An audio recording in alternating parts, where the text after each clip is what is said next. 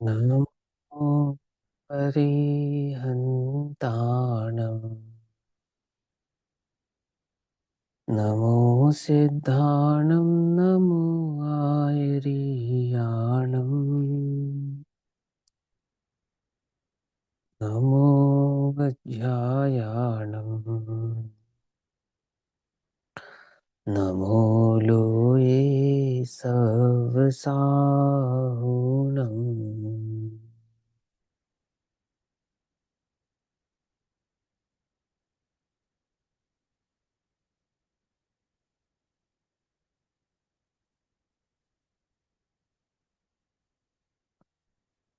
मङ्गलं भगवान् वीरो मङ्गलं गौतमोऽगणी मङ्गलं कुन्दकुन्दार्द्यो जैनधर्मोऽस्तु मङ्गलम् सर्वमङ्गल्यमाङ्गल्यं सर्वकल्याणिकारकम् प्रधानां सर्वधर्माणां जैनं जयतु शासनम्।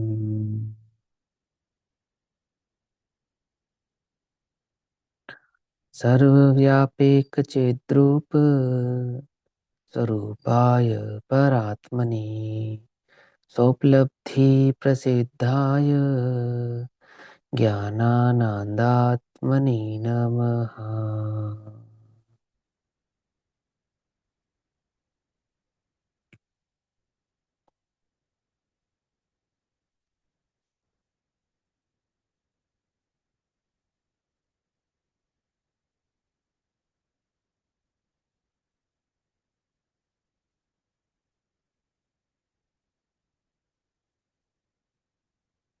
हमारी दोपहर कालीन स्वाध्याय का विषय चल रहा है श्री प्रवचन सारजी प्रमागम। श्री प्रवचन सारजी प्रमागम का स्वाध्याय हम सभी आचार्य अमृत चंद्र देव द्वारा रचित तत्व प्रदीपिका तथा आचार्य जयसेन देव द्वारा रचित तात्पर्य वृत्ति टीका के आधार से कर रहे हैं। भाव चल रहा है ज्ञेय तत्व प्रज्ञापन महाअधिकार का। ज्ञेय तत्व प्रज्ञापन महाअधिकार के अंतर्गत द्रव्य सामान्य का स्वरूप चल रहा है, अर्थात द्रव्य के सामान्य स्वभाव का स्वरूप आचार्य देव हमारे समक्ष कह रहे हैं। ठीक, 126 नंबर की गाथा तक ये स्वरूप चलना है, जिसमें 123 नंबर की गाथा आज हम समझेंगे। 123 और 124 नंबर की जो गाथा है, 123, 24, 25, 26 से चारों ही समझो एक प्रकार से कंटिन्यूटी की गाथा है। अंतिम अंतिम में जीव के स्वरूप का, जीव क्या क्या किस रूप परिणमित होता है, वह भाव बतलाने वाली ये गाथा है, निर्णय कराने वाली है ना, कि किस रूप से परिणमित वह जीव हो रहा है, किस किस किस प्रकार के स्वरूप से वह समझा जाता है, या किस किस चीज के रूप वह कर्म रूप कर्ता बनता है, ये भाव ये बताया जाएगा। ठीक, अभी हमने 122 नंबर की गाथा तक समझा था कि आत्मा निश्चय से अपने परिणाम का ही करता है। तो वह परिणाम कैसा था कि वह परिणाम कर्म रूप समझाया था। कर्म रूप इन सेंस जिसमें आचार्य देव ने हमको समझाया कि राग द्वेष और मिथ्यात्व रूप जो कर्म होता है, उस राग द्वेष और मिथ्यात्व रूप कर्म का कर्ता आत्मा स्वयं ही है। ठीक, हमने विस्तार से इस पर चर्चा की।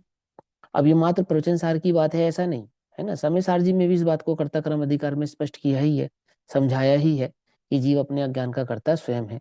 और वहां तो बल्कि घटपट रथ का कर्ता भी आत्मा को कहा है ना, हमने उसको डिटेल में समझा और पढ़ा है। अब यहाँ कहते हैं 123 नंबर की गाथा में, बेसिकली 123 और 124 ये दोनों गाथा जोड़े से हैं।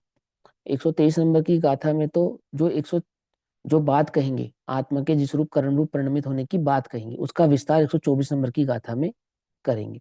तो यहाँ पे पहले सूचना देंगे। क्या सूचना देंगे? 123 नंबर की तत्व प्रदीपिका गाथा में सूचना देते हैं कि वह कौन सा स्वरूप है जिस रूप आत्मा परिणमित होता है। ये थोड़ा समझने वाली बात है ना। क्यों? बिल्कुल ऐसा का ऐसा ही भाव समय सार जी में आचार्य देव ने बदलाया है, जो भाव यहाँ 123 और 124 नंबर की गाथा में, प्रवचन सार जी की गाथाओं में आचार्य देव हमसे कहेंगे। किन आचार्यों ने कहा है? इन्हीं आचार्यों ने कहा है। इन्हीं की कृति समय सार है और इन्हीं की कृति प्रवचन सार है। टीकाकार भी यही है। अमृत चंद्राचार्य और जयसेनाचार्य। और वही दोनों टीकाकार इसी ग्रंथ में भी है प्रवचन सार जी के। ठीक। ये कहते हैं वह कौन सा स्वरूप है जिस रूप आत्मा परिणमित होता है। पेज नंबर 337, 337 नंबर का पेज, 123 नंबर की तत्व प्रदीपिका गाथा। कि भैया आत्मा तो बस ज्ञाता दृष्टा है, शुद्ध बुद्ध रूप परिणमित होता है। सिवाय ज्ञान के आत्मा तो कुछ करता नहीं, हम तो ये जानते हैं। आत्मा का कर्म तो एकमात्र जानना है, और दूसरा कोई कर्म हम आत्मा का निर्धारित करते नहीं है। बिल्कुल सच्ची बात है ना, परम सत्य है कि आत्मा जानने के सिवा दूसरा कोई कार्य करता नहीं है। यह बात परम सत्य है, परंतु मात्र इतना ही नहीं है। क्या कहते हैं? मात्र इतना ही नहीं कि जानने के सिवा और भी कुछ कर सकता है। कि हाँ, कि आत्मा ज्ञान मात्र नहीं है ना, ज्ञान के साथ अन्य अन्य अनंत गुणात्मक भी है। आत्मा जानता है, आत्मा श्रद्धा भी करता है, आत्मा स्थिर भी होता है, आत्मा भोगता भी है। पकड़ में ही बात नहीं? पकड़ में किसका भोगता है आत्मा? कि अपने परिणाम का भोगता है ना। पर के परिणाम का भोगता नहीं है, पर द्रव्य का भोगता नहीं है, पर अपने परिणाम का भोगता है। तो अपने परिणाम का जो भोक्ता आत्मा है, वह क्या क्या करता है और किस किस का भोग कर सकता है, उसका स्वरूप 123 नंबर की गाथा में स्पष्ट करके आपको समझाते हैं। ध्यान से समझना। प्रचन सार जी की 123 और 124 नंबर की गाथा एकदम याद हो जाने वाली गाथाएं हैं। हालांकि पूरा प्रवचन सार ही याद हो जाने वाला चाहिए, है ना, पर वह समझाने की अपेक्षा से कह रहा हूं कि वहां जब हम आत्मा के कर्तव्य का निर्णय करते हैं, तो किस प्रकार से क्या निर्णय करना चाहिए, ये बात आचार्य देव हमको यहाँ कहते हैं। वे कहते हैं कि वह कौन सा स्वरूप है, पर रूप नहीं, स्वरूप, अपना रूप। किसका? आत्मा का। वह कौन सा स्वरूप है जिस रूप आत्मा परिणमित होता है। आत्मा निज रूप से परिणमित होता है, तो आत्मा का वह निज रूप कैसा है ना? तो कैसा है कहते हैं, परिणमदि चेदनाए आदापुण चेदनातिधाभिमदा सा पूर्णाणिकम में फलमीवाकम मणौ भणिदा। इस गाथा में तो सिर्फ सूचना देंगे, है ना, विस्तार 124 नंबर की गाथा में करेंगे। वे कहते हैं, जीव चेतना रूप परिणमे। स्वीकार है? तुम्हें स्वीकार है ये बात कि चेतना रूप परिणमित होता है जीव? कि हाँ, हमें स्वीकार है, बिल्कुल। इस बात के लिए तो हम जी रहे हैं, इसलिए तो हम इसके लिए तो लड़ने मरने तैयार। क्या? कि आत्मा चेतना रूप मात्र परिणमित होता है। चेतना आत्मा का रूप है, उस रूप ही आत्मा परिणमित होता है। जीव चेतना रूप परिणमे, और चेतना तीन प्रकार। कि चेतना तीन प्रकार की होती है, कि ये बात तो हमें समझ में नहीं आती। हमने तो बताया चेतना एक ही प्रकार की होती है, ज्ञाता दृष्टा आत्म नाम, शुद्धात्म है मेरा नाम। और बिल्कुल परम सत्य बात है ना। लेकिन ये बात परम सत्य किसके लिए है? किसके हलक से वो परम सत्य उतरा है? क्या कहा? समझ में ही बात नहीं? समझ, वो परम सत्य किसको पचा है, उसे ये बात समझ में आनी चाहिए। क्या समझ में आनी चाहिए? जीव चेतना रूप परिणम। चेतना, चिति शक्ति, चेतना चिति, ज्ञान और दर्शन युक्त चिति, यानी उपयोग को चेतना कहते हैं। उपयोग जीव का लक्षण है, ज्ञान और दर्शन सो उपयोग है, और ज्ञान दर्शन की युति को चेतना कहते हैं। ठीक है ना? तो जीव चेतना रूप परिणमे, और वह जो चेतना है, वह चेतना तीन प्रकार, तीन प्रकार से जीव चेतन रूप से परिणमित होने वाला जीव तीन प्रकार से परिणमित होता है। बोले वो तीन प्रकार कौन कौन से हैं? कि ज्ञान चेतना, कर्म चेतना, और कर्म फल है स्वीकार। किसे स्वीकार है? आपको, हमें स्वीकार है, आचार्य देव को स्वीकार है कि वस्तु के स्वरूप में ऐसा ही है। समस्त ज्ञानियों को यह बात स्वीकार है। तुम्हें स्वीकार है या नहीं है? यदि तुम्हें स्वीकार नहीं है, तो तुम्हें स्वीकार करनी पड़ेगी। क्या? सांख्य मति को स्वीकार नहीं है, अन्य मति को स्वीकार नहीं है, पर जैन मति को तो स्वीकार है। बोले क्या? एक चेतना तीन प्रकार से परिणमित होती है। क्या? कैसे? ज्ञान चेतना, कर्म चेतना, और कर्म फल है स्वीकार। ठीक। तो ये जो ज्ञान चेतना है ये किसको कहते हैं? ये जो जीव का जानना जानना जानना जानना स्वभाव है, ज्ञाता दृष्टा स्वभाव है, इसका नाम है ज्ञान चेतना। जानना, समस्त लोगों को जो जानने का जीव का स्वभाव है, निज चैतन्य भाव को जानने का जो जीव का स्वभाव है, स्वपर के भेद ज्ञान पूर्वक जो आत्मा को जानने का जीव का स्वभाव है, उसका नाम है ज्ञान चेतना। ठीक। दूसरा है कर्म चेतना। कर्म चेतना क्या होता है? कि वह कर्म चेतना दो प्रकार की होती है। कि कर्म चेतना दो प्रकार की होती है कैसे? कि एक तो जीव का जो विकारी भाव रूप परिणाम है, जिसको मिथ्यात्व राग द्वेष रूप कर्म भाव से हमने विगत गाथाओं में, पिछली गाथाओं में भली प्रकार से समझा, जीव का कर्म। ऐसा वो मिथ्यात्व राग द्वेष रूप कर्म चेतना, और एक वीतराग परिणति रूप कर्म चेतना, वो भी चेतना का कर्म है। क्या कहा? आई बात समझ में? हमने यहाँ पे आचार्य जयसेन देव ने कर्म को उपचार कहा था ना, चेतना के कर्म को उपचार शब्द दिया था, राग द्वेष मोह रूपी चेत भाव को। तो क्यों दिया था? कि वो कर्म चेतना, यानी चेतना का जो कर्म है वो दो प्रकार का है। जानने देखने रूप कर्म चेतना का कर्म, जानने देखने रूप ज्ञान चेतना का कर्म दो प्रकार का है। बोले को दो प्रकार का कौन कौन सा? एक स्वभाव रूप और एक विभाव रूप। जो विभाव रूप है उसको तो हम कहते हैं कर्म चेतना, ठीक है ना। और जो स्वभाव रूप है उसे मात्र ज्ञान चेतना भी कहते हैं, अक्रम चेतना भी कहते हैं, लेकिन वो भी कर्म चेतना का ही एक भेद है। और तीसरा है कर्म फल चेतना। क्या है तीसरा? कर्म फल चेतना। कर्म फल चेतना मतलब आज ये चेतना जानने देखने रूप चेतना जैसा कर्म करता है, वैसे ही फल को प्राप्त भी करता है, अर्थात उस फल को भोगता भी है। राग द्वेष रूप परिणमित होता है तो दुख रूपी फल को भोगता है, और वीतराग रूप परिणमित होता है तो सुख रूपी फल को भोगता है। समझ में? ये बात नहीं समझ में? क्या कहा अब? हाँ बोलो भैया बोलो। मतलब जैसे जो जीव के वो भाव जो स्वलक्षी हैं, यानी जीव हम्म। का वो कर्म जो स्वलक्षी है, उसको हम्म। हमने ज्ञान चेतना के खाते में डाल दिया, और जो हम्म। परलक्षी भाव है वो कर्म चेतना के खाते में डाल दिया, ऐसे। स्वलक्ष्य, स्व और पर, स्व और पर का भेद नहीं है स्व लक्ष्य और पर लक्ष्य का ज्ञान चेतना में। ज्ञान नहीं, चेतना में मात्र जानना देखना है, जिसमें स्व पर दोनों का जानना है।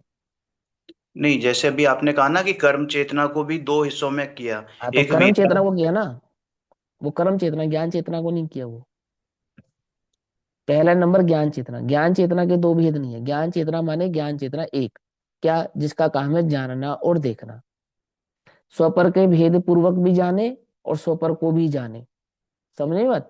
स्व स्व को जाने उसको तो ज्ञान चेतना कहे स्वलक्षी, और पर को जाने उसे परलक्षी कहे। ऐसा तो नहीं कह सकते हम, क्योंकि केवल ही पर को जानते हैं, निश्चय से जानते हैं, समस्त पर द्रव्यों को जानते हैं, समस्त लोक को जानते हैं।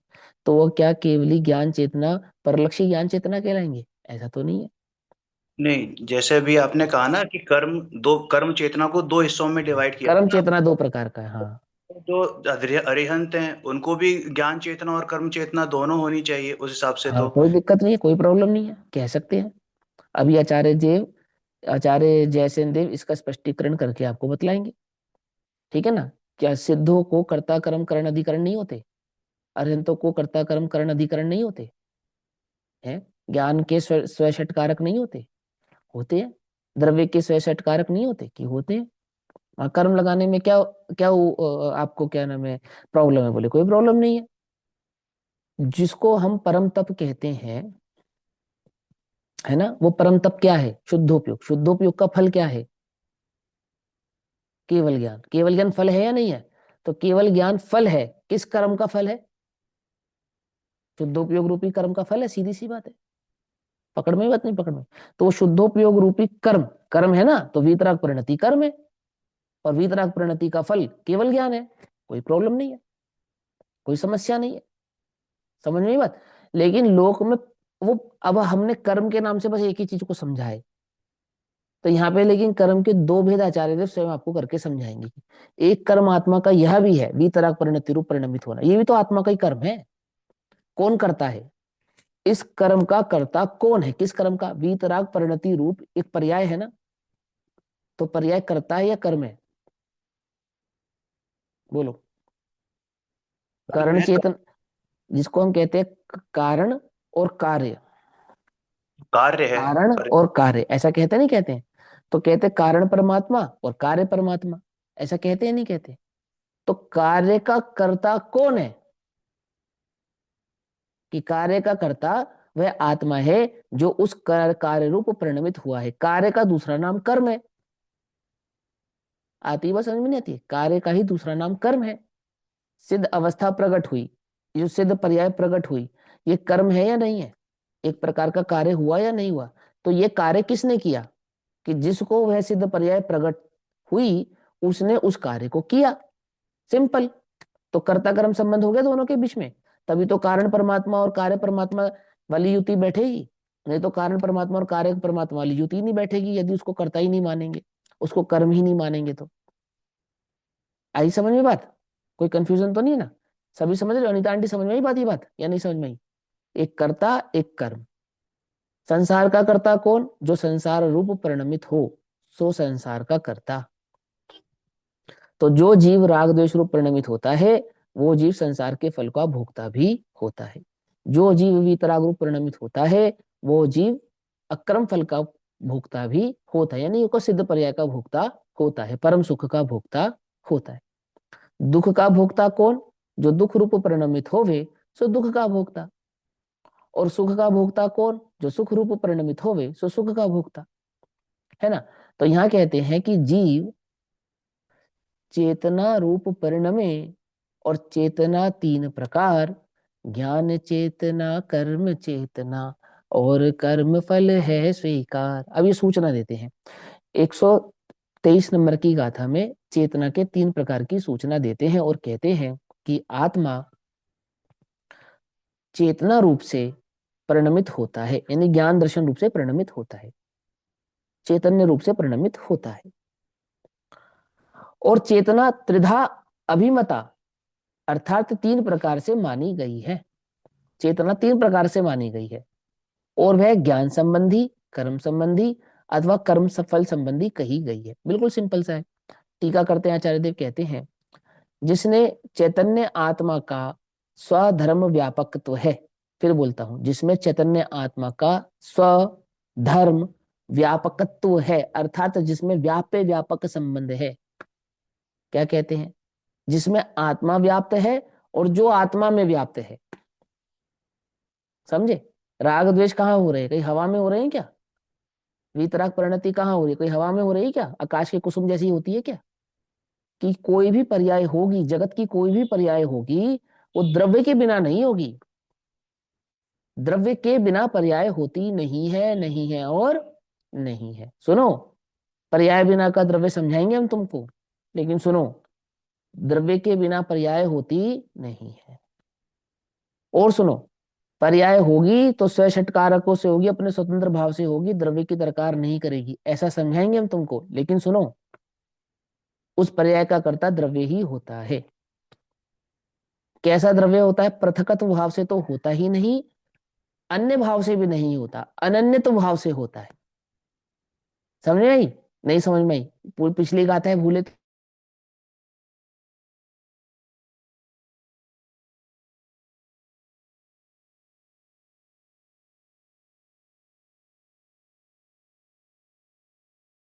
से भिन्न होने पर भी वास्तव में तो द्रव्य ही उस पर्याय का करता है। ऐसा 122 नंबर की गाथा की टीका में आचार्य देव ने हमको समझाया है ना। अब यहाँ आगे क्या कहते हैं? आगे कहते हैं कि जिससे चेतना, जिससे चैतन्य आत्मा का, चैतन्य आत्मा की बात है ना, चैतन्य आत्मा का, आत्मा छह द्रव्यों का नाम है, और छह द्रव्य अपने अपने स्वभाव रूप परिणमित होते हैं, और यह चैतन्य आत्मा की मुख्यता से चर्चा कर रहे हैं। ये तो बात पका है ना, छह द्रव्यों का नाम आत्मा है, जो अपने में रहे, अपने से हो, अपना कार्य करे, सो आत्मा। तो जिसने चैतन्य एक बार आत्मा का, फिर बता दीजिए, मेरा तो थोड़ा सा फोन आ गया था तो गड़बड़ हो। अभी तो शुरू नहीं किया, अभी तो शुरू कर ही रहे हैं, ध्यान से समझो, आप बात समझ में आएगी ना। आत्मा, आत्मा नाम छह द्रव्यों को कहा जाता है, जो अपने में रहे, जो अपने से हो, जो अपना कार्य करे, जो अपने में लीन रहे, उसका नाम आत्मा है। क्योंकि छह द्रव्य अपने से हैं, अपने में है, अपना कार्य करते हैं, पर का नहीं करते हैं, इसलिए छह द्रव्यों का नाम आत्मा है। ऐसा, ठीक। तो जिसने, अब हम यहाँ पर चैतन्य आत्मा की मुख्यता से चर्चा कर रहे हैं, है ना। Page number 338, 338। जिससे चैतन्य आत्मा का स्वधर्म व्यापकत्व है, स्वधर्म व्यापकत्व है, अर्थात आत्मा स्वयं जिससे व्यापक होता है, उससे चेतना ही आत्मा का स्वरूप है। अर्थात जिस रूप आत्मा परिणमित होता है, उस परिणमित रूप होते हुए आत्मा का, वही आत्मा का स्वरूप है, वही आत्मा कही जाती है। उस रूप चेतन रूप वास्तव में आत्मा परिणमित होता है। आत्मा का जो कोई भी परिणाम हो वह सब ही चेतना का उल्लंघन नहीं करता। आत्मा जिस रूप भी परिणमित हो, जिस रूप भी परिणमित हो, किस रूप परिणमित हो सकता है कि जड़ रूप तो परिणमित नहीं हो सकता। समझ में बात नहीं, समझ में। अधर्म रूप तो परिणमित नहीं हो सकता, धर्म रूप तो परिणमित नहीं हो सकता, पर द्रव्य रूप तो परिणमित नहीं हो सकता। तो आत्मा जब भी परिणमित होगा तो चैतन्य रूप ही परिणमित होगा। चैतन्य भाव का उल्लंघन कर कर आत्मा परिणमित होता नहीं है। कोई भी द्रव्य अपने भाव का उल्लंघन करके परिणमित हो जावे, ऐसा होता नहीं है। प्रत्येक द्रव्य अपने भाव रूप ही परिणमित होता है। ऐसे ही चैतन्य द्रव्य अपने भाव रूप परिणमित होता है। और वह चैतन्य जब अपने भाव रूप परिणमित होता है, वह तीन प्रकार के परिणमन को प्राप्त होता है। कौन कौन से? देखो, पहले कहते हैं अर्थात आत्मा का कोई भी परिणाम चेतना को किंचित मात्र भी नहीं छोड़ता, अर्थात बिना चेतना के बिल्कुल नहीं होता, यह तात्पर्य है। पकड़ में ही बात। मैंने आत्मा जिस रूप भी परिणमित हो, अपने चैतन्य भाव का उल्लंघन तो करने वाला नहीं है। और चैतन्य का वह परिणमन जो चैतन्य भाव का उल्लंघन नहीं कर रहा है, वो तीन प्रकार से है। और चेतना ज्ञान रूप, वही चेतना कर्म रूप, और वह चेतना कर्म फल रूप से तीन प्रकार की है। सिंपल है ना। उसमें ज्ञान परिणति ज्ञान चेतना, ज्ञान चेतना किसका नाम है? ज्ञान रूप चेतना, कि जो ज्ञान की परिणति है। ज्ञान की परिणति क्या है? जानना देखना, जानना देखना, वो ज्ञान चेतना है। और जो कर्म रूप परिणति है सो कर्म चेतना है। वह कर्म रूप परिणति कैसी है? कि वो कर्म रूप परिणति दो प्रकार की है, आगे की गाथा में उसकी चर्चा करेंगे। और फिर है कर्म फल परिणति, कर्म फल चेतना, यानी जैसा आत्मा ने कर्म किया, उस कर्म अनुसार जैसे फल को उसने प्राप्त किया, उस फल का भोक्ता वह आत्मा स्वयं ही होता है। इस प्रकार से वह चेतना तीन प्रकार की होती है: ज्ञान चेतना, कर्म चेतना और कर्म फल चेतना। संसार की अपेक्षा से इसमें हम तीन भेद करते हैं, स्वभाव की अपेक्षा से तीनों एकार्थ भी होते हैं। क्या कहा? समझ में ही बात नहीं समझ? सिद्धों को क्या कहें? ज्ञान चेतना कहे, कर्म चेतना कहे, या कर्म फल चेतना कहे? कि एक अपेक्षा ऐसी है कि हम सिद्धों को मात्र ज्ञान चेतना ऐसा कहते हैं, लेकिन एक अपेक्षा ऐसी भी है कि हम सिद्ध भगवान को ज्ञान चेतना, कर्म चेतना और कर्म फल चेतना, ऐसा तीनों युक्त चेतना भाव कह सकते हैं, क्योंकि वो चेतना के परिणमन स्वभाव में बैठा है, कई स्वभाव से बाहर नहीं है ना। जानना देखना सो सिद्धों का ज्ञान चेतन भाव है, वीतराग परिणति सो सिद्धों का कर्म चेतना भाव है, और उस वीतराग परिणति रूप जो आनंद आदि का भोग वे कर रहे हैं, वो कर्म फल चेतना रूप सिद्धों का परिणाम है। समझे? ये जैन दर्शन है। समझ में आती है बात? नहीं समझ में आती है? और इसी इसी आत्मा को संसार की अपेक्षा से देखे तो ज्ञान चेतना तो सभी जीव द्रव्यों की समान रूप से ही परिणमित होती है, उसमें कुछ भी घटबड़ होता नहीं है ना। ज्ञान यानी जानना ना देखने की अपेक्षा से ज्ञान अल्प और ज्ञान सर्वज्ञ तो भाव को तो प्राप्त होता है, पर वह ज्ञान चेतना का कार्य तो सर्वथा जानना देखना, जानना देखना रूप ही परिणमित होता है। अशुद्ध भाव रूप से परिणमित होवे तो वह चेतना कर्म चेतना कहलाती है, और उस अशुद्ध भाव का जो फल संसार है, उस संसार का जो सुख दुख का भोगना है, वो भोगना वह जीव की कर्म फल चेतना ऐसे कहलाती है। ठीक है ना? कोई मुश्किल तो नहीं है? मुश्किल लगे तो बताना, हालांकि आचार्य देव आगे गाथा में इसको अपने आप ही सरल कर देंगे। अब देखो क्या कहते हैं। इसी भाव को 123 नंबर की इसी गाथा को आचार्य जयसेन देव तात्पर्यवृत्ति टीका में कहते हैं, और तात्पर्यवृत्ति टीका में ये 123 नंबर की गाथा 133 हो जाती है। यहाँ आचार्य देव कहते हैं, अब जिस परिणाम से आत्मा परिणमन करता है उस परिणाम को कहते हैं। आत्मा जिस परिणाम भाव, परिणाम माने पर्याय, परिणाम माने भाव, परिणाम माने स्वभाव। समझ में बात? कि वो तो निश्चय से कहा है तो व्यवहार से कहा है, उसका स्पष्टीकरण तो अपने आप आ जाएगा अभी, निश्चय से कहा है या व्यवहार से कहा है ना। छल ग्रहण नहीं करना, नहीं करना छल ग्रहण। क्या छल ग्रहण नहीं करना?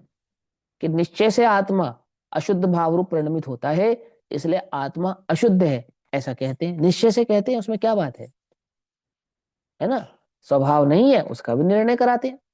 यहाँ क्या कहते हैं, अब जिस परिणाम से आत्मा परिणमन करता है, अर्थात जिस भाव रूप आत्मा परिणमित होता है, जिस पर्याय रूप आत्मा परिणमित होता है, उस परिणाम को कहते हैं, उस वृत्ति को कहते हैं। वृत्ति को ही परिणाम नाम प्राप्त हुआ। पर्याय का एक दूसरा नाम वृत्ति भी है ना। वह वस्तु का स्वभाव में बैठी है, वृत्ति स्वभाव कहते हैं उसको। पिछली गाथाओं में हमने इसको भली प्रकार से समझा था। क्या कहते हैं, चेतना रूप साधन से परिणमन करता है। फिर कहते हैं, जो चेतना रूप है ना, चेतना रूप, चेतना रूप जो तीन प्रकार का कहा, वो चेतना रूप, चेतना अपना स्वरूप, चेतन स्वरूप साधन से परिणमन करता है। वह कौन परिणमन करता है? उत्तर, आत्मा परिणमन करता है। अर्थात जो चैतन्य की पर्याय है, उस पर्याय का जो साधन है, वो साधन कौन है? बोले आत्मा जो है, आत्मा जो परिणमन करता है वो साधन रूप परिणमन करता है। तो बोले किस साधन रूप परिणमन करता है? बोले चैतन्य साधन रूप परिणमन करता है। एक होता है करण और एक होता है साधन। समझ नहीं बात? अब करण और साधन में ज्यादा अंतर नहीं होता, माने आधार आधे संबंध समझा रहे हैं। वो कहते हैं एक वस्तु है, वो वस्तु परिणमन करती है, तो किस आधार से करती है? कि अपने आधार से करती है। तो चेतना है, आत्मा है, वो चैतन्य भाव से परिणमित होती है। माने जहां जहां चैतन्य लक्षण होगा उसे हम आत्मा है ऐसा कहेंगे। नहीं, ज्ञान और दर्शन को आत्मा कहेंगे, सिंपल सी बात है। जीव किसको कहेंगे? जिसके पास ज्ञान और दर्शन होगा उसको जीव कहेंगे, जिसपे ज्ञान और दर्शन नहीं होगा उसे जीव नहीं कहेंगे, है ना। छह द्रव्यों के पास अस्तित्व है, लेकिन छह द्रव्यों को जीव नहीं कहेंगे, चेतना नहीं कहेंगे। छह द्रव्यों के पास वस्तुत्व है, परमेत्व है, अपरमेत्व है, अगुरु लघुत्व है, छह द्रव्यों के पास है, लेकिन छह द्रव्यों को तो हम चैतन्य नहीं कहेंगे। लेकिन जो द्रव्य चैतन्य रूप में परिणमित होगा, उस द्रव्य को हम चैतन्य ऐसा कहेंगे। माने जो द्रव्य ज्ञान और दर्शन रूप परिणमित होगा, चैतन्य माने ज्ञान और दर्शन, तो जो द्रव्य ज्ञान और दर्शन रूप परिणमित होगा उस द्रव्य को हम कहेंगे चैतन्य, ऐसा। आई बात समझ में? तो उन्होंने क्या कहा कि चेतना रूप साधन से परिणमन करता है। वह कौन है जो परिणमन करता है? कि वह आत्मा है जो परिणमन करता है। किस साधन से? चैतन्य रूप साधन से परिणमन करने वाला द्रव्य आत्मा द्रव्य कहलाता है। आत्मा का जो कोई भी शुद्ध अशुद्ध परिणाम है, वह सभी चेतना को नहीं छोड़ता है, ऐसा अभिप्राय है। अब वह चैतन्य चाहे शुद्ध रूप परिणमित हो, वह चैतन्य चाहे अशुद्ध रूप परिणमित हो, वह चैतन्य ही कहलाएगा। चैतन्य के बिना तो ना शुद्ध रूप परिणमित होगा, और चैतन्य के बिना ना ही अशुद्ध रूप परिणमन होगा। सिंपल सी बात है ना। वह सभी चेतन भाव को नहीं छोड़ते हैं, ऐसा अभिप्राय है। वह चेतना पुनः तीन प्रकार की मानी गई है। कहां कहां चेतना मानी गई है? उत्तर, ज्ञान के विषय में, कर्म के विषय में और कर्म फल के विषय में चेतना मानी गई है। वो चेतना तीन प्रकार की मानी गई, एक ज्ञान चेतना, एक कर्म चेतना और एक कर्म फल चेतना। किसके फल के विषय में चेतना मानी गई है? उत्तर, कि कर्मों के फल के विषय में कही गई है। वो कौन सा फल है जिसके विषय में आप कर्म फल चेतना कह रहे हो? तो बोले वो कर्म चेतना है जिसके विषय में हम कर्म फल चेतना कह रहे हैं। और ज्ञान की परिणति ज्ञान चेतना है। तीनों बातें समझा दी ना। कर्म फल चेतना किस अपेक्षा से कहा आपने? कि जो चेतना ने कर्म किया, उस कर्म के अनुसार जो फल की प्राप्ति हुई, उस फल के अकॉर्डिंग हम कर्म फल चेतना ऐसा कह रहे हैं। तो इससे दो चेतनाओं की सिद्धि हो गई। कौन कौन सी? एक कर्म फल चेतना और एक कर्म चेतना। और जो ज्ञान रूप परिणमन है उसको हम कहते हैं ज्ञान चेतना। तो कहते हैं ज्ञान की परिणति को ज्ञान चेतना कहते हैं। उसे आगे कहेंगे, आगे कहेंगे माने अगली गाथा में कहेंगे। कर्म की परिणति कर्म चेतना है और कर्म फल की परिणति कर्म फल चेतना है। इस प्रकार भावार्थ है। ज्ञान की परिणति ज्ञान चेतना है, कर्म की परिणति कर्म चेतना है और कर्म के फल की परिणति कर्म फल चेतना है। ज्ञान रूप परिणमन होता है, वो ज्ञान रूप परिणमन होने के कारण ज्ञान चैतन्य कहलाता है। जो कर्म रूप परिणमन होता है, वह कर्म आत्मा यानी चैतन्य से जुदा नहीं होने के कारण वह चैतन्य कर्म चैतन्य ऐसा कहलाता है। और जो कर्म के फल की प्राप्ति का भोक्ता होता है, उससे अनन्य होने के कारण वह कर्म फल रूप चेतना ऐसा कर्म फल चेतना नाम प्राप्त करता है। ये बात यहाँ पर आचार्य देव ने हमको समझाई। अब इसी का विस्तार 124 नंबर की गाथा में कहते हैं। 339 नंबर का पेज, 124 नंबर की गाथा। यहां आचार्य देव कहते हैं, अब ज्ञान, कर्म और कर्म फल के स्वरूप का वर्णन करते हैं कि क्या है कर्म चेतना, क्या है कर्म फल चेतना, और क्या है ज्ञान चेतना, उसका स्वरूप कैसा है। वह 124 नंबर की गाथा में हम इसका वर्णन करते हैं, इसका स्वरूप समझाते हैं। 124 नंबर की गाथा में, नाणम अट्ठवियप्पो कम्मम जीवेण जम समारब्धम तमणेगविधम भणिदम फलम तिसोखम व दुखम व ज्ञान चेतना अर्थ विकल्प रूप। अभी अर्थ और विकल्प क्या होता है, ये बात थोड़ा समझना आपको, यहाँ पे बहुत अच्छे से आपको विस्तार से समझ में आएगी। ज्ञानोपयोग का संदर्भ समझेंगे, ज्ञानोपयोग किसको कहते हैं, ज्ञान चेतना में ज्ञानोपयोग का लक्षण समझाएंगे। एक होता है दर्शनोपयोग और एक होता है ज्ञानोपयोग। ज्ञान और दर्शन की युति का नाम होता है चैतन्य, लेकिन उस चैतन्य को ज्ञानोपयोग की अपेक्षा से ज्ञान चेतना, ज्ञान मुख्य होता है उसमें, दर्शन मुख्य नहीं होता। समझे नहीं समझे, हालांकि दर्शनोपयोग पूर्वक ही ज्ञानोपयोग होता है ना, दर्शनोपयोग पूर्वक ही ज्ञानोपयोग होता है, परंतु छद्मस्त के ज्ञान का विषय नहीं बनता कौन, दर्शनोपयोग। छद्मस्त के ज्ञान का विषय तो एकमात्र ज्ञानोपयोग ही बनता है। इससे एक बात और समझ में आनी चाहिए कि कुछ लोगों का ऐसा मत है, क्या मत है, कि जो सम्यक दर्शन होता है या जो आत्मानुभव होता है वो दर्शनोपयोग में होता है।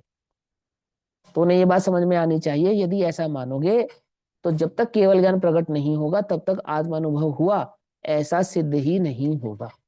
क्यों सिद्ध नहीं होगा, क्योंकि वो आत्मानुभूति दर्शनोपयोग का विषय बनेगी और दर्शनोपयोग छद्मस्त का विषय नहीं बनता ज्ञान का, तो आत्मानुभव का विषय ही नहीं बनेगा आत्मा कभी, सिर्फ केवलियों के ज्ञान का विषय बनेगा वो तो, है ना। तो उन्हें आचार्यों के मंतव्य को भली प्रकार से समझ में आना चाहिए। एक तर्क नहीं, ऐसे और भी तर्क हैं, लेकिन वो विषय हमारा नहीं है, इसलिए मैं उस ओर ले जाना नहीं चाहता। अभी यहाँ जो बात है वहां चलते हैं। यहाँ क्या कहते हैं, यहाँ कहते हैं ज्ञान, सबसे पहले ज्ञान चेतना किसको कहते हैं, फिर कर्म चेतना किसको कहते हैं, और कर्म फल चेतना किसको कहते हैं। ऐसे तीन प्रकार से चेतना का स्वरूप समझा रहे गाथा में। ज्ञान चेतना अर्थ विकल्प रूप, कर्म चेतना जीव करे, जो जीव करे वो कर्म चेतना कहलाएगा, ठीक है ना। और जो अर्थ विकल्प रूप परिणाम है वो ज्ञान चेतना कहलाएगा।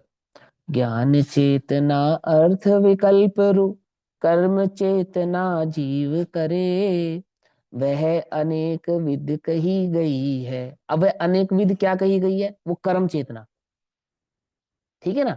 वह अनेक विध कही गई है, सुख दुख कर्मों का फल है। वो कर्म अनेक प्रकार का है और उस अनेक प्रकार के कर्मों का फल सुख दुख है।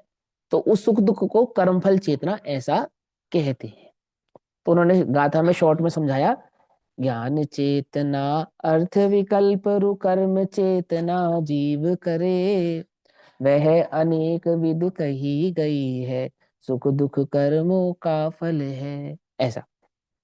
अब अन्वयार्थ, अर्थ विकल्प अर्थात स्वपर पदार्थों का भिन्नता पूर्वक, फिर कहता हूं ध्यान से समझना, सबसे पहले ज्ञान चेतना का लक्षण समझा रहे हैं। ज्ञान चेतना किसको कहते हैं, बोले ज्ञान चेतना कहते हैं अर्थ विकल्प।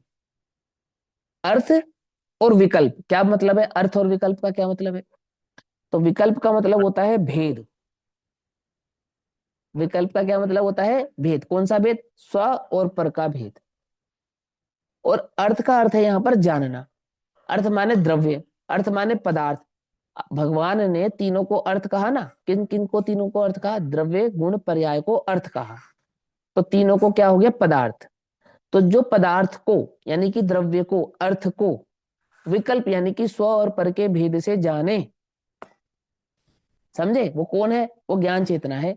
अर्थात जो स्वद्रव्य को भी जाने, जो परद्रव्य को भी जाने, ऐसे जानन रूप चैतन्य के भाव को ज्ञान चेतना कहते हैं, ऐसा कहा है। कुछ मुश्किल है ना। देखो क्या कहा, ध्यान से समझना, भूलना नहीं, ये तो बिल्कुल याद रखना एकदम, है ना। और प्रवचन सार में सिद्ध करके बतलाएंगे, ऐसा नहीं कि आप अपने मन से अर्थ करेंगे। अर्थ किसको कहा, जिनेंद्र भगवान ने अर्थ किस किस को कहा? द्रव्य को अर्थ, गुण को अर्थ, पर्याय को अर्थ। ऐसे तीनों को अर्थ कहने से वह वस्तु क्या बनती है? पदार्थ ऐसे बनती है। और वह पदार्थ 6 प्रकार का होता है। और उन 6 प्रकार के पदार्थों को जो जाने वो कौन है? वो ज्ञान है। तो वो ज्ञान स्व पदार्थ को भी जानता है और पर पदार्थ को भी जानता है। ऐसे स्वपर पदार्थ को जानने वाला जो ज्ञान भाव है वो ज्ञान चेतना ऐसा कहलाता है। पकड़ में आई बात? देखो क्या कहा, अर्थ विकल्प अर्थात स्वपर पदार्थों का भिन्नता पूर्वक युगवत अवभाषण, अवभाषण माने ज्ञान, ज्ञान है। अवभाषण यानी जानना, सो ज्ञान है। जीव के द्वारा जो किया जा रहा हो वह कर्म है और वह अनेक प्रकार का है। वह जो जीव के द्वारा किया गया है ना, वह कर्म अनेक प्रकार का है।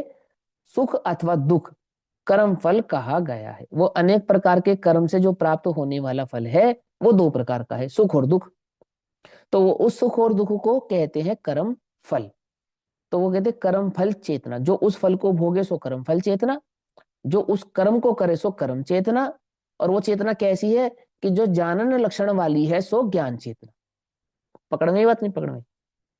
जिसका जानना लक्षण है, जो स्वपर पदार्थों को जानता है, जो स्वपर पदार्थों को जानने वाला है, युक्त भाव से युक्त है, ऐसा वह ज्ञान चेतना जिस भी प्रकार के कर्म को करे तो उस काल में वह कर्म चेतना कहलाता है।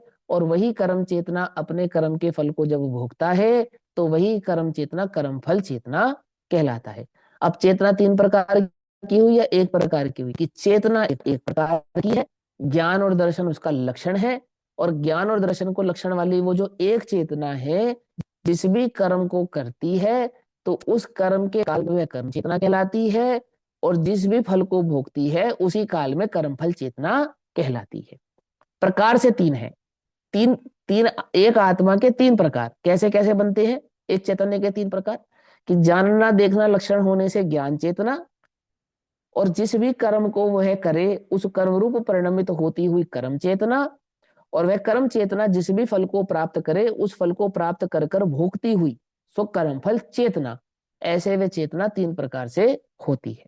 आगे क्या कहते हैं, अब इस पे टीका करते हैं आचार्य अमरचंद्र देव। 340 नंबर का पेज।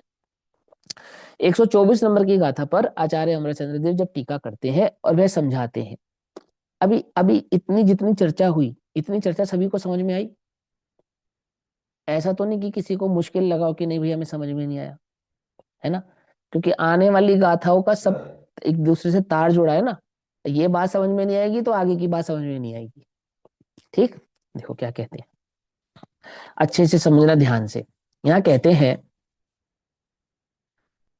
प्रथम तो सबसे पहले आपको क्या बात समझ में आनी चाहिए? तो सबसे पहले हम तुम्हें ज्ञान चेतना का स्वरूप समझाएंगे, है ना? क्योंकि टीका माने जो गाथा है वो कर्म चेतना, कर्म फल चेतना और ज्ञान चेतना की चर्चा करती है, जिसमें ज्ञान चेतना प्रथम है। तो ज्ञान चेतना किसे कहते हैं? प्रथम तो आप ज्ञान चेतना का लक्षण और स्वरूप समझो। तो बोलते हैं प्रथम तो अर्थ विकल्प ज्ञान है। अर्थ माने पदार्थ, विकल्प माने पदार्थों को जानना, माने पदार्थों को भिन्न भिन्न करके जानना, उसका नाम है विकल्प। क्योंकि जो दर्शनोपयोग है वो पदार्थ को भिन्न करके नहीं जानता। क्या कहा? जो दर्शनोपयोग है वो पदार्थ को भिन्न करके नहीं जानता। समझ में ही बात है? समझ में? तो ज्ञान चेतना ऐसा तो कहा, दर्शन चेतना ऐसा नहीं कहा, है ना? तो सुनो इसका उत्तर, कि ज्ञान में दर्शन गर्भित होता है, दर्शन में ज्ञान गर्भित नहीं होता है। क्या कह रहे हैं? फिर बोले ज्ञान में दर्शन गर्भित होता है लेकिन दर्शन में ज्ञान गर्भित नहीं होता है।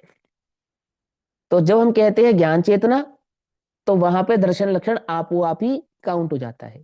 लेकिन जब हम कहते हैं दर्शन चेतना तब वहां ज्ञान लक्षण काउंट होता नहीं है। आई बात समझ में या नहीं समझ में आई? क्यों? क्योंकि जानना देखने स्वरूप ही होता है लेकिन देखना वो जानने स्वरूप नहीं होता है। क्या मतलब? कि जानना लक्षण है, जो देखेगा जो जानेगा वो भेद पूर्वक जानेगा, लेकिन दर्शनोपयोग भेद पूर्वक जानता नहीं है। वो सिर्फ वो सिर्फ जानता है, मैंने देखता है, दर्शनोपयोग। तो देखो अब यहाँ क्या कहते हैं, प्रथम तो अर्थ विकल्प ज्ञान है। अर्थ माने पदार्थ, और पदार्थों का भिन्न भिन्न जानना, इस पूरे लाइन का अर्थ बनेगा अर्थ विकल्प। अर्थ विकल्प ज्ञान है। वहां अर्थ क्या है? अर्थ किसको कहते हैं आप? कि पदार्थ को अर्थ कहते हैं। कि स्व पर के विभाग पूर्वक अवस्थित विश्व अर्थ है। अर्थ किसका नाम है? विश्व का नाम अर्थ है। कौन से विश्व का नाम अर्थ है? कि जो छह द्रव्यों के समूह रूप परिणमित हुआ है, उस विश्व का नाम अर्थ है। और वो विश्व कैसा है? कि उसमें एक तो मैं हूं और बाकी सब अन्य है। आ गई बात समझ में? अर्थ किसका नाम है? कि छह द्रव्यों के समूह के इस विश्व का नाम अर्थ है। और ये विश्व कैसा है? जिसमें एक मैं हूं, बाकी सब पर है। दो विभाग है इस विश्व के अंदर, एक स्व का और एक पर का। ठीक। अर्थ विकल्प ज्ञान है, ये ज्ञान का लक्षण समझा रहे हैं। क्या कहा? स्व पर के विभाग पूर्वक अवस्थित विश्व अर्थ है। लाइन का अर्थ समझ में आ गया? कंफ्यूज तो नहीं होगे? स्व पर के विभाग पूर्वक अवस्थित, उपस्थित, विद्यमान, सो विश्व वह अर्थ है। साधारण भाषा में क्या कहेंगे? छह द्रव्यों के समूह को विश्व कहते हैं। और वो छह द्रव्यों के समूह रूप जो विश्व है, वो दो भागों में विभाजित है। द्रव्य तो छह हैं, लेकिन छह द्रव्यों के विभाग दो हैं। बोले कौन कौन से? एक स्व और एक पर, ऐसे दो विभाग हैं। ठीक। उसके आकारों का अवभाषण विकल्प है। सुनो ध्यान से, पॉइंट टू बी नोटेड। क्या लिखा? उसके, उसके माने किसके? वो जो छह द्रव्यों के समूह रूप विश्व है उसके आकारों का। आकारों का मतलब याद है ना? आकार का अर्थ वर्षा दीदी आप बताओ। स्वरूप अरे स्वरूप। पूछ नहीं दो, हाँ हाँ बहुत बढ़िया। हमें, मुझे पता है किसको पता होगा किसको नहीं पता होगा, सब है ना। सुनो, आकार माने स्वरूप। आकार माने प्रदेशत गुण की पर्याय मात्र नहीं। आकार माने वो जो द्रव्य है, उस द्रव्य का जो जो स्वरूप है। नहीं तो धर्म द्रव्य का आकार क्या निकाल कर बताओगे? बताओ। और अधर्म द्रव्य का आकार निकाल कर बताओ। काल द्रव्य का आकार बताओ। कि देखो देखो यहाँ पे लिखा है आकारों का अवभाषण। तो आकार माने प्रदेशत गुण की पर्याय नहीं, आकार माने स्वरूप। स्वरूप की अपेक्षा से देखेंगे तो छहों द्रव्यों का जो स्वरूप है, माने वो जो विश्व का स्वरूप है, छह द्रव्यों का जो स्वरूप है। आकारों का अवभाषण। अवभाषण का अर्थ क्या होता है? जानना। अवभाषण का अर्थ क्या होता है? जानना। जिसको कहते हैं प्रतिभास। क्या कहते हैं जिसे? प्रतिभास, है ना। विकल्प है, यानी जानने का नाम विकल्प है। पदार्थ और पदार्थ को जानना, पदार्थ को जानने का नाम विकल्प है, और पदार्थ का नाम अर्थ है। आ गई बात समझ में या नहीं समझ में आई? समझ में आई बात है? विकल्प माने वो विकल्प नहीं, निर्विकल्प से निर्विकल्प और निर्विकल्प से विकल्प, वो विकल्प यहाँ पे नहीं है। चिंता वाला विकल्प नहीं है।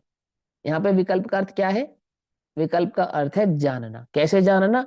जिसमें स्व को भी जाना जाए और पर को भी जाना जाए, भिन्न भिन्न जाना जाए। ऐसा जो छह द्रव्यों के समूह को भिन्न भिन्न जानने का भाव है, उसका नाम विकल्प है। मिथ्या दृष्टि हो तो भी कोई दिक्कत वाली बात नहीं। अब यहाँ पे सम्यक मिथ्यात्व मत लगाना कि नहीं भैया सम्यक मिथ्या दृष्टि तो स्व और पर के विभाग पूर्वक जानता ही नहीं है। लेकिन इतना तो जानता है ना कि शरीर को भले ही मैं मानता है, लेकिन पेंसिल को तो मैं नहीं मानता ना। उसको तो अपने शरीर से भिन्न ही जानता है ना। क्यों? गाड़ी को तो मैं नहीं मानता ना। भले ही मेरी है की कल्पना करता है, पर मैं कार हूं ऐसी कल्पना तो नहीं करता ना। मैं शरीर हूं ऐसा मानता, कोई बात नहीं। लेकिन विश्व में विभाग करने की ताकत तो मिथ्या दृष्टि के पास भी है ना। भले मिथ्यात्व रूप है, ऐसा तो नहीं ना जिस तिस में मैं की कल्पना किए बैठा है, देह में किए बैठा है, मालूम है, ठीक है कोई बात नहीं। लेकिन उसको मैं और पर ऐसे दो तो समझ में आते हैं, नहीं समझ में आते? कि समझ में आते हैं। मेरा घर, यह मेरा घर है, यह मेरा घर नहीं है, ऐसा भेद समझ में आता? उसको नहीं समझ में आता। यह मेरी वस्तु है और यह मेरी वस्तु नहीं है, ऐसा समझ में आता है? भेद समझ में नहीं आता? कि यहाँ आता है। तो इसका नाम विकल्प है। अब सम्यक दृष्टि उसको सम्यक भाव से जानता है, और मिथ्या दृष्टि भले ही उसको मिथ्या भाव से जानता है। लेकिन जो इस विश्व में पदार्थ को जाने और उस पदार्थ में यह मेरा है और यह मेरा नहीं है, ऐसा विभाग करने की शक्ति रखे, ऐसे विभाग की शक्ति रूप जो ज्ञान का परिणमन है, वो कहलाता है अर्थ विकल्प। क्या कहलाता है वो? अर्थ विकल्प। सो अवभाषण सो विकल्प है। अब वो अवभाषण का स्वरूप समझा रहे, कैसा उसका स्वरूप है। जैसे दर्पण के निज विस्तार की भांति।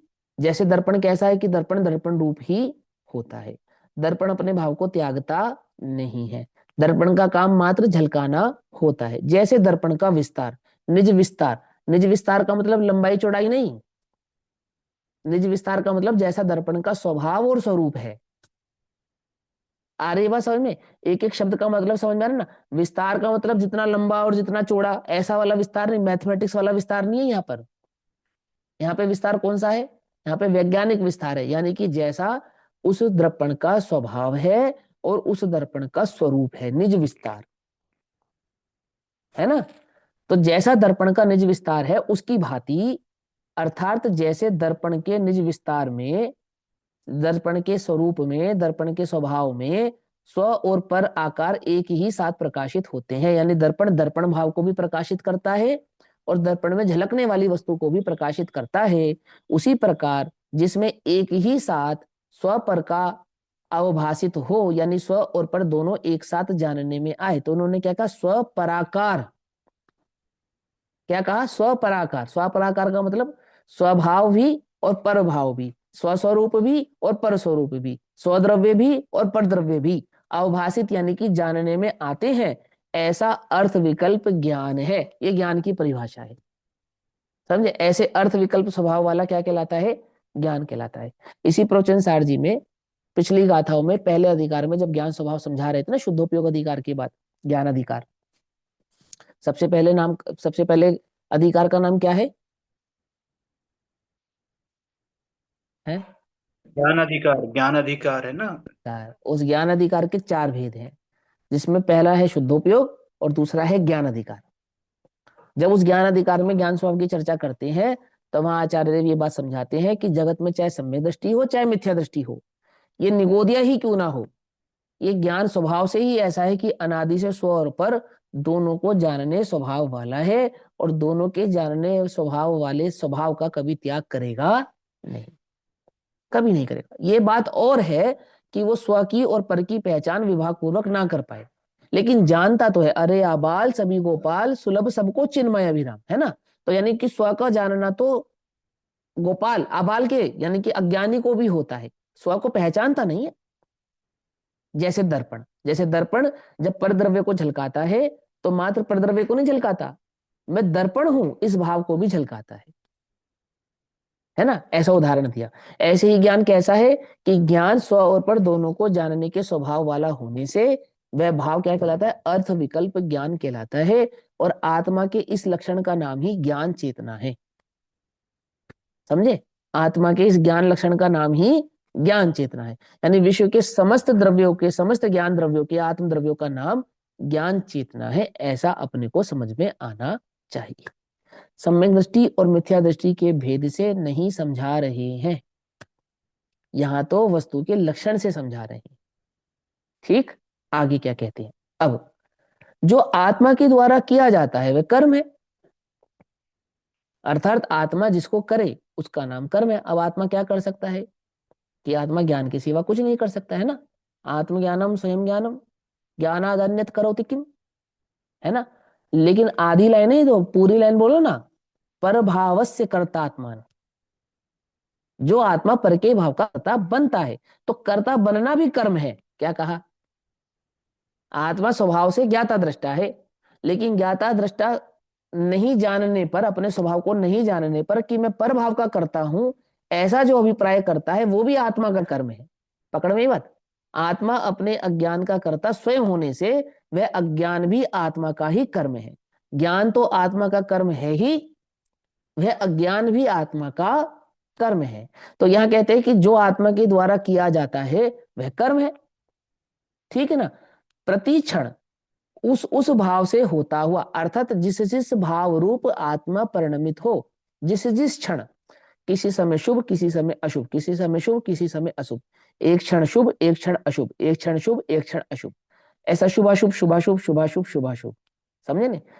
ऐसे मिथ्यात्व भाव अथवा सम्यक्त भाव, जिस जिस क्षण प्रति क्षण उस भाव से होता हुआ आत्मा के द्वारा वास्तव में किया जाने वाला जो उसका भाव है ना? वही आत्मा के द्वारा प्राप्य होने से कर्म है। अर्थात वह आत्मा को प्राप्त होने से मतलब कर्ता का कर्म किसको प्राप्त होता है? समय सार कर, कर्ता कर्म अधिकार। कर्ता कर्ता का कर्म कर्ता कर्ता को ही को प्राप्त। प्राप्त होता है। समझे ना?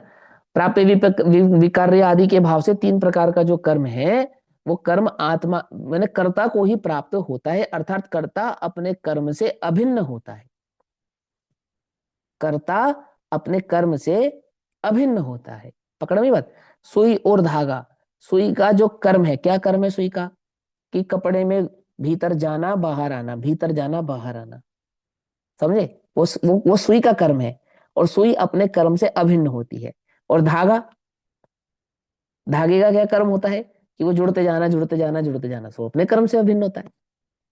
सुई निकल जाती है, धागा कपड़े में रह जाता है, ऐसा ही होता है ना। सुई धागा सुई धागा सुई धागा ना, सुई धागे से आपने कपड़ा बनाना शुरू किया, तो धागा कहाँ किसको प्राप्त होता है? सुई को प्राप्त होता है या कपड़े को प्राप्त होता है?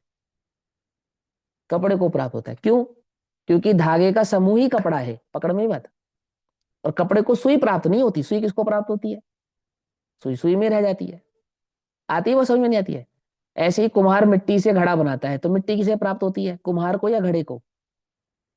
कि मिट्टी घड़े को प्राप्त होती है। इसलिए मिट्टी का कर्म घड़े का कर्म मिट्टी, मिट्टी का कर्म घड़ा, ऐसा। और कुम्हार क्या है? कि वो निमित्त है। मैंने कुम्हार घड़े का कर्ता नहीं है। क्यों नहीं है? क्योंकि कुम्हार का अंश भी उस घड़े को प्राप्त होता नहीं। ऐसा फिजिक्स है ना, बिल्कुल समझाते एकदम, है ना? ऐसे ही यहाँ समझाते हैं कि जो आत्मा के द्वारा किया जाता है, तो आत्मा क्या करता है? कि आत्मा भाव करता है, परिणाम का करता आत्मा है। तो जिस जिस काल में जिस जिस परिणाम को आत्मा करे, उस काल में उस परिणाम का कर्ता आत्मा होने से वो परिणाम आत्मा का कर्म है। आई बात समझ में? अब इस बात को आचार्य अमरचंद्र देव की भाषा में पढ़ते हैं। वो क्या कहते हैं? जो आत्मा के द्वारा किया जाता है, वह आत्मा का कर्म है। प्रतिक्षण उस भाव से होता हुआ आत्मा के द्वारा वास्तव में किया जाने वाला जो उसका भाव है, वही आत्मा के द्वारा प्राप्य होने से कर्म है। और वह कर्म एक प्रकार का होने पर भी, कर्म एक प्रकार का होने पर भी मतलब है कर्म एक प्रकार का, यानी आत्मा के परिणाम का नाम कर्म है। तो परिणाम की अपेक्षा से तो कर्म क्या है? आत्मा अपने परिणाम का करता है ना। तो कर्म माने परिणाम। तो वो परिणाम भाव से होने पर भी द्रव्य कर्म रूप उपाधि की निकटता के सद्भाव और असद्भाव के कारण अनेक प्रकार का है। अर्थात हम 8 कर्म, 148 प्रकृतियां, उसको भी कर्म कहते हैं। वास्तव में तो वो एक प्रकार का होता है। कौन सा? आत्मा का परिणाम। चाहे वो शुद्ध रूप हो, चाहे वो अशुद्ध रूप हो। आती है, वह समझ में नहीं आती? माने उन्होंने क्या कहा कि वो कर्म कितने प्रकार का है? बोले एक प्रकार का है। कौन सा है वो एक प्रकार? वो जो आत्मा का परिणाम है, वो एक प्रकार है। ऐसा होने पर भी उसमें भेद पड़ता है, किसकी अपेक्षा से? द्रव्य कर्म की अपेक्षा से। तो 8 कर्म, 148 प्रकृतियां, 4 गति, 84 लाख योनियां आदि आदि भाव से प्रकट होने के कारण वह कर्म अनेक प्रकार का है, ऐसा कहा जाता है। जैसे ज्ञानावरणी कर्म, दर्शनावरणी कर्म, अंतराय कर्म, मोहिनीय कर्म, ऐसा कर्म है ना। कर्म कर्म कर्म कर्म नाम प्राप्त हो रहा है ना। तो उस कर्म का कर्ता कौन है? ज्ञानावरणीय कर्म का कर्ता कौन है? कि आवरणीय की अपेक्षा से तो पुद्गल है, परंतु परिणाम की अपेक्षा से जीव है। दर्शनावरणीय कर्म का कर्ता कौन है? बोले आवरणीय की अपेक्षा से तो पुद्गल है, लेकिन परिणाम की अपेक्षा से जीव है। ऐसे मोहिनीय कर्म का कर्ता कौन है? कि मोहिनीय पुद्गल द्रव्य वर्गणा की अपेक्षा से पुद्गल है, लेकिन परिणाम की अपेक्षा से जीव है। तो जीव का परिणाम ही ज्ञानावरण, जीव का परिणाम ही दर्शनावरण, जीव का परिणाम ही मोहिनीय, जीव का परिणाम ही अंतराय। तो परिणाम की अपेक्षा से एक प्रकार का जीव का परिणाम, जीव का परिणाम, जीव का परिणाम, जीव का परिणाम। लेकिन असद्भावभूत यानी कि वो द्रव्य कर्म की अपेक्षा से अनेक प्रकार का दर्शनावरण, ज्ञानावरण, है ना, मोहिनी, अंतराय आदि आदि, नाम गोत्र कर्म आदि आदि, ऐसा। समझ में आई बात? नहीं समझ में? तो बोले एक प्रकार का है, और इस भेद से अनेक प्रकार का है। आगे क्या कहते हैं? माने आत्मा जिस भाव रूप परिणमित हो, उसका नाम आत्मा का कर्म है। हाँ भैया, बोलो बोलो बोलो बोलो। सद्भाव और असद्भाव थोड़ा दोबारा स्पष्ट कर दीजिए, समझ में नहीं आया। सद्भाव तो आत्मा का परिणाम, सद्भाव तो हुआ आत्मा का परिणाम। समझे? सद्भाव आत्मा की सत्ता में जिस भाव को जो प्राप्त होगा, जिस भाव की सत्ता आत्मा में प्राप्त होगी वो तो आत्मा का हो गया सद्भाव, और जिस भाव की सत्ता आत्मा में प्राप्त नहीं होगी वो हो गया असद्भाव। तो आत्मा में कौन से भाव की सत्ता प्राप्त नहीं होती? कि कर्म पुद्गल वर्गणाओं की सत्ता आत्मा में प्राप्त नहीं होती, इसलिए वे तो होते हैं असद्भाव। जो असद्भाव रूप कर्म होते हैं वो विभिन्न प्रकार के होते हैं, लेकिन जो सद्भाव रूप कर्म होता है वो एक प्रकार का होता है। आत्मा की सत्ता में आत्मा का परिणाम होता है, आत्मा के परिणाम का नाम कर्म है, इस अपेक्षा से तो कर्म एक प्रकार का हुआ। लेकिन जो आत्मा की सत्ता में नहीं है, ऐसा वो जो दर्शनावरणीय आदि पुद्गल वर्गणाएं हैं वो अनेक प्रकार की होती है। ऐसे असद्भाव रूप परिणाम वाली वे सत्ताएं क्या होती है? वे भी कर्म है पर वे अनेक प्रकार की है, पर हम उन्हें क्या कहते हैं? असद्भाव। असद्भाव माने उनकी सत्ता आत्मा में नहीं है। आई बात समझ में? ठीक। चलो अब आगे क्या कहते हैं। देखो मुश्किल लगे तो बताना, हालांकि मुश्किल नहीं है ना। 124 नंबर की गाथा तक प्रवचन सार जी की जो आ गए, उनके लिए मुश्किल हो ही नहीं सकता। है ना। फिर भी लगे तो मुझे बताना, मैं और सरल करने का प्रयास करूंगा। देखो आगे क्या कहते हैं। दो बातें समझ में आ गई, ज्ञान चेतना समझ में आ गई सभी के, अर्थ विकल्प रूप ज्ञान चेतना और भाव रूप परिणमन करने वाला सो कर्म चेतना। अब कर्म फल चेतना की बात कहते हैं। उस कर्म से उत्पन्न किए जाने वाला सुख दुख कर्म फल है। माने जिस भाव से चैतन्य परिणमित होगा वो भाव कर्म है, और उस कर्म का जो फल होगा वो सुख दुख रूप होगा। कर्म का फल कैसा होगा? वो सुख दुख रूप होगा। तो कहते हैं कर्म से उत्पन्न किए जाने वाला जो सुख दुख कर्म फल है, वहां द्रव्य कर्म उपाधि की निकटता के असद भाव के कारण जो कर्म होता है। पकड़ में बात।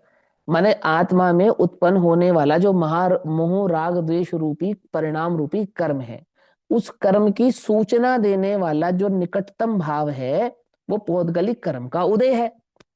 समझे ना। जैसे मेरी इस समय योग्यता पंचम काल के मनुष्य जाति के पुरुष भाव की जैन धर्म के, है ना, आमुक आमुक क्षेत्र के जीव के रूप में है। तो ये जितनी भी चीजें प्राप्त हुई हैं, ये जिस भी भाव को मैं प्राप्त हुआ हूं, अपने परिणाम के कारण ही प्राप्त हुआ हूं। लेकिन मेरे इस एक परिणाम को प्रदर्शित कौन कर रहा है? मुझे कैसे पता लगा कि मैं पुरुष भाव को प्राप्त हुआ हूं? मैं तो चैतन्य हूं। कि ये नौ कर्म का जो उदय है शरीर, इससे मुझे मालूम चला कि मैंने किस प्रकार का परिणाम या भाव किया था, जिसके कारण मुझे वर्तमान में यह योग्यता प्राप्त हो रही है। आई बात समझ में? तो मेरे भीतर की योग्यता को परिचय कराने वाला जो निकटतम भाव है वो ये नौ कर्म का या द्रव्य कर्म का उदय है। आई बात समझ में? देखो सरल करके समझाता हूँ। मोक्ष किसको होता है? आत्मा को होता है, स्त्री को होता है, पुरुष को होता है, या नपुंसक को होता है? ये आत्मा को होता है। तो इस आत्मा को होगा और इस आत्मा को नहीं होगा। ऐसा भेद क्यों करते हो? स्त्री को होगा और पुरुष को नहीं होगा, और पुरुष को होगा और स्त्री को नहीं होगा। अच्छा, आत्मा स्वद्रव्य स्वक्षेत्र स्वकाल स्वभाव में रहता है कि हाँ, तो चौथे काल की आत्मा को होगा, पंचम काल की आत्मा को नहीं होगा। ये क्या बात हुई? कि आत्मा कोई काल से बाधित होता है क्या? चौथे काल का आत्मा अलग और पंचम काल का आत्मा अलग। अनादि निधन व्यवस्था में आत्मा काल से बाधित हुआ है क्या? ये वही तो आत्मा है जो पहले चौथे काल में था, और ये वही आत्मा है जो पंचम काल में। तो काल क्या कर लेगा? ये वही तो आत्मा है जो पहले स्त्री शरीर में था, ये वही आत्मा है जो आज पुरुष शरीर में, ये वही आत्मा जो कभी नपुंसक शरीर में था, त्रियंश शरीर में था, देव शरीर में था। आज ये पुरुष शरीर में आ गया तो आज ये मोक्ष वाला हो गया। वाह भाई वाह। आज ये चौथे काल से पंचम काल में आ गया तो आज ये मोक्ष की योग्यता वाला नहीं रहा। वाह भाई वाह। बहुत नाइंसाफी करते हो आप तो। हमें तो आपकी बात ही समझ में नहीं आती। कि सुनो भाई सुनो, ये बात तो तुम्हारी सच्ची है। क्या सच्ची है? कि शरीर द्रव्य क्षेत्र काल भाव, पर द्रव्य पर क्षेत्र पर काल और पर भाव आत्मा के स्व द्रव्य क्षेत्र काल भाव को बाधित नहीं करते, नहीं करते और नहीं करते। लेकिन ये जो पर द्रव्य क्षेत्र काल भाव है ना, ये आत्मा की योग्यता का परिचय कराते हैं। क्या कराते हैं? परिचय कराते हैं। जैसे बुखार का परिचय थर्मामीटर कराता है। थर्मामीटर जीव को बुखार नहीं करता है। ऐसे ही पौद्गलिक कर्म का जो ये उदय है, ये कर्म के उदय से जीव की योग्यता नहीं होती, अपितु जीव की योग्यता का परिचय कर्म का उदय करवाता है। आती है बात समझ में? नहीं आती है? और ये जो कर्म का उदय है, ये इस जीव की योग्यता का परिचय क्यों कराता है? कि जीव के परिणाम का निकटतम साथी है। क्या? जीव के, जीव ने जो परिणाम किया था ना, उस परिणाम का ये निकटतम साथी है। कौन? ये जो द्रव्य कर्म और इसका उदय है। आई बात समझ में? ये इसका निकटतम साथी है। इसलिए इस ही जीव की योग्यता का परिचय ये कराता है। रावण, विभीषण, कुंभकर्ण भाई है ना आपस में, मेघनाद आदि पुत्र हैं उसके। तो क्या कहते हैं, रावण की योग्यता का परिचय कैसे कराए? ये रावण मोक्ष नहीं जाएगा, लेकिन रावण का भाई, जिसका रावण का डीएनए तो सेम, डीएनए इन सेंस पिताजी तो दोनों के सेम ही है ना, माता भी दोनों की सेम है ना, लेकिन ये जाएगा कौन? कुंभकर्ण जाएगा, मेघनाथ जाएगा, रावण नहीं जाएगा। और सुनो, रावण का पुत्र है, ये जाएगा, इंद्रजीत, ये जाएगा, ये मोक्ष नहीं जाएगा। तो ये तो नाइंसाफी कर रहे हो आप, कैसी बात करते हो? नाइंसाफी कुछ नहीं, योग्यता, योग्यता, पकड़ में ही बात। तो योग्यता किसके कारण हुई? कि योग्यता देह के कारण नहीं हुई, योग्यता काल के कारण नहीं हुई। देह ने, काल ने, कृत्य ने, उदय ने तो जीव के परिणाम की योग्यता का परिचय कराया। समझे ही नहीं समझ में?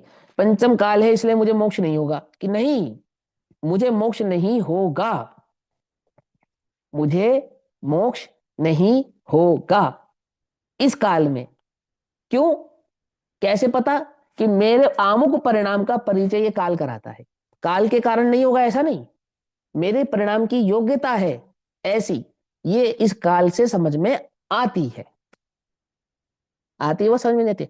अब वो निमित्त नैमित्तिक संबंध इतने घनेरे हैं, पंडित टोडरमल जी ने लिखा ना, कि बिल्कुल एकदम ऐसा लगता है मानो मैं शरीर ही हूं, और मेरा जो भी कार्य हो रहा है या मैं जो भी परिणमित कर रहा हूं, वो शरीर के माध्यम से ही कर रहा हूं। वो निमित्त नैमित्तिक संबंध में वो दूध पानी का घनत्व इतना गहरा है कि वो भेद समझ में आता नहीं। और इसीलिए म्लेच्छ को, है ना, अज्ञानी को, वो निमित्त की मुख्यता से चर्चा करके वस्तु स्वरूप समझाने का प्रयास आचार्य देव करते। कारण ही यही है उसका, और कुछ नहीं है। जो चरणानुयोग है, जो कर्णानुयोग है, वो क्या है? वो मलेच्छ भाषा है। आई बात समझ में? क्या नहीं समझ में आई? ऐसा। हाँ मोहित भैया बोलो, क्या कहना है? मुझे मोक्ष नहीं होगा, इसीलिए हाँ। मैं पंचम काल में जन्म हुआ हूँ, मतलब हाँ ठीक है, इसीलिए ऐसा कह दो। हाँ ऐसा कह दो, है ना, योग्यता इसीलिए मेरी मेरा यहाँ जन्म हुआ है बस। क्योंकि देखो, काल से बाधित नहीं होता, इसका एक आंसर और सुनो। मान के चलो कोई मुनिराज चौथे काल में विदेह क्षेत्र में है, तदव मोक्षगामी है, तपस्या में लीन है एकदम, और अंतर मुहूर्त बाद में 1 घंटा 2 घंटा में उन्हें केवल ज्ञान प्रकट होने वाला है, और किसी तीव्र कर्म के उदय से पूर्व भाव का कोई बैरी देव आदि उन पर क्रोधित हो जाए, तो वो क्या करे, उनके उपसर्ग करने के लिए उन्हें वहां से तो उठा लाए, और यहाँ ये पंचम काल की किसी भूमि में पटक दे, स्वयं लवण समुद्र आदि में ले जाके पटक दे, अथवा भोग भूमि आदियों में ले जाके पटक दे। ऐसा कर सकता है वो? कि हाँ कर सकता है, लेकिन मोक्ष बाधित नहीं होगा। उन मुनिराजों को उसी क्षेत्र से, इसी पंचम काल से मोक्ष हो जाएगा, उन मुनिराज को उसी भोग भूमि से मोक्ष हो जाएगा। समझ में आई बात? नहीं समझ में? और सुनो, आचार्य कुंद कुंद देव चौथे काल की भूमि पे गए थे ना, विदेश क्षेत्र, बोले हाँ, लेकिन मोक्ष की योग्यता वाले नहीं हुए। योग्यता वो 16वें स्वर्ग जाने तक की थी, तो वहीं तक की रहेगी, उसके ऊपर की योग्यता बढ़ेगी नहीं। किसी भी कारणवश वे मुनिराज ध्यान के काल में भी, आदि आदि के काल में भी वहां विद्यमान हो, तो कभी भी उप छपक श्रेणी मानेंगे नहीं। कौन? कौन? आचार्य कुंद कुंद देव। अरे तुम छपक श्रेणी की बात करते हो, 7वें गुण स्थान से ऊपर जाएंगे नहीं, भले ही साक्षात केवली बैठे हैं, छायिक सम्य दर्शन प्राप्त करेंगे नहीं। क्या कहा? केवली के पादमूल में छायिक सम्य दर्शन होता है या नहीं होता है? होता है ना। आचार्य कुंद कुंद देव श्रीमंदर भगवान के पादमूल में बैठे या नहीं बैठे हैं? बैठे हैं ना, और सम्यक दृष्टि है, ऐसा तो नहीं मिथ्या दृष्टि है, और साक्षात दिव्य ध्वनि का आनंद ले रहे हैं। छायिक सम्यक दर्शन नहीं प्रकट कर सकते, कि तुम कैसे कह सकते हो? अरे हम कह सकते हैं ना, वे योग्यता पता है, पंचम काल में जन्म लिया है, और पंचम काल के जीव को छायिक सम्यक दर्शन होता नहीं है, भले ही योग्य केवली का पादमूल प्राप्त हो जाए। कुछ बात समझ में आई? इससे क्या सिद्ध होता है? कि केवली के पादमूल से प्राप्त नहीं होता है, जीव की अपनी योग्यता से प्राप्त होता है, और उस योग्यता का परिचय कराया जाता है बाहर के लक्षणों से। पकड़ में आई बात? नहीं पकड़ में आई? है ना। ऐसा देखो, यहाँ क्या कहते हैं, अभी तो समय हो गया, मैं लाइन पूरी कर देता हूं जिसका हम अर्थ कर रहे थे। उस कर्म से उत्पन्न किया जाने वाला सुख दुख सो कर्म फल है। वहां द्रव्य कर्म रूप उपाधि की निकटता के, माने जो द्रव्य कर्म का उदय है ना, उसको उपाधि प्राप्त हुई है। किसकी उपाधि प्राप्त हुई है? कि वो आत्म परिणाम का निकटतम साथी है। निकटतम, तो निकटता के असद्भाव के कारण जो कर्म होता है, उसका फल अनाकुलत्व लक्षण प्रकृतिभूत सुख है। और द्रव्य कर्म रूप उपाधि की निकटता के सद्भाव के कारण जो कर्म होता है, उसका फल विकृतिभूत यानी विकारभूत दुख है, क्योंकि वहां सुख का लक्षण का अभाव है। इस प्रकार ज्ञान कर्म और कर्म फल चेतना का स्वरूप निश्चित हुआ है। अब यहाँ पे जो कर्म फल के स्वरूप समझाया है ना, कर्म फल का स्वरूप है तीसरे नंबर के पैराग्राफ में, है ना। तो वह पुद्गल कर्म के उदय से सुख और दुख की प्राप्ति होती है, ऐसा कहने में आता है, क्योंकि वास्तव में वो तो जीव के परिणाम का निकटतम साथी है। और उसके उदय से प्राप्त होने वाले संयोग की अपेक्षा से ही यह जीव सुखी है, यह जीव दुखी है, ऐसा कहने और समझाने में आता है। यह बात यहाँ पर कही है। सो भी अभी समय हुआ, इसका विस्तार हम कल समझेंगे। तब तक के लिए सभी को जय जिनेन्द्र। ओम नमः सिद्धेभ्यः। जीव की योग्यता किस आधार से होती है? अपनी जीव जीव की की। अपने परिणाम के अनुसार होती है। जीव की योग्यता अपने परिणाम अनुसार होती है। ठीक है ना। आपका पंचम काल में जन्म हुआ तो कर्म के उदय से नहीं हुआ, आमुक परिणाम की योग्यता के कारण हुआ। वो परिणाम अपनी सत्ता में हमने वो उस प्रकार का परिणाम किया, उस परिणाम से जो भाव कर्म हुआ, उस भाव कर्म से द्रव्य कर्म बंधा। और द्रव्य कर्म के उदय की अपेक्षा से हमने ये वर्तमान में जाना कि पूर्व काल में तुमने क्या परिणाम किया था। पूर्व काल में तुमने क्या परिणाम किया था, हमें कैसे पता? कि वर्तमान के उदय से हमने जाना कि तुमने पूर्व में क्या परिणाम किया था। जैसे डॉक्टर कहता है ना, पेट में दर्द है, तुमने मीठा खाया होगा। तो उसको कैसे पता मीठा खाया था? कि मीठा तो मैंने सुबह खाया था, पेट में दर्द तो शाम को हो रहा है। कि बेटा शाम के पेट का दर्द बतला रहा है कि तूने सुबह मीठा खाया था। क्या समझ में आई बात? नहीं समझ में आई, है ना ऐसा। चलो, ओम नमः सिद्धेभ्यः।